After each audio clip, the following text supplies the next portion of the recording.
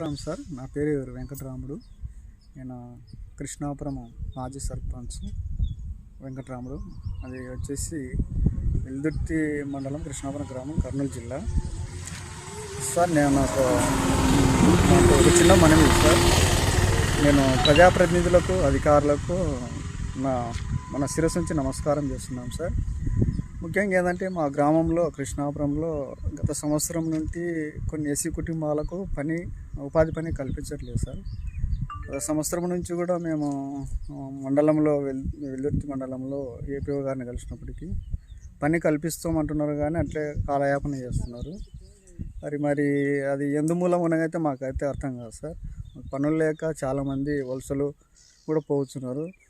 కానీ దయతో మరి ప్రజాప్రతినిధులు అయితేనేమి, మరి ప్రభుత్వ అధికారులు అయితేనేమి మా మీద దయ ఉంచి మరి మాకు ఉపాధి కల్పించవలసిందిగా మరి మండల అధికారులను, మరి ప్రజాప్రతినిధులను, జిల్లాధికారులను కూడా విన్నవించుకుంటున్నాం సార్.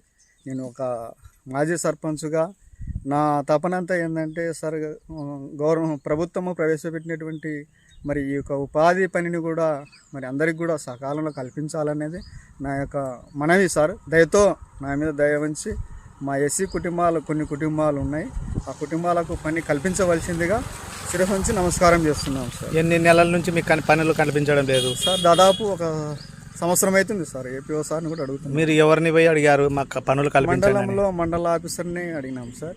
మండల ఆఫీసర్ అంటే ఎవరు?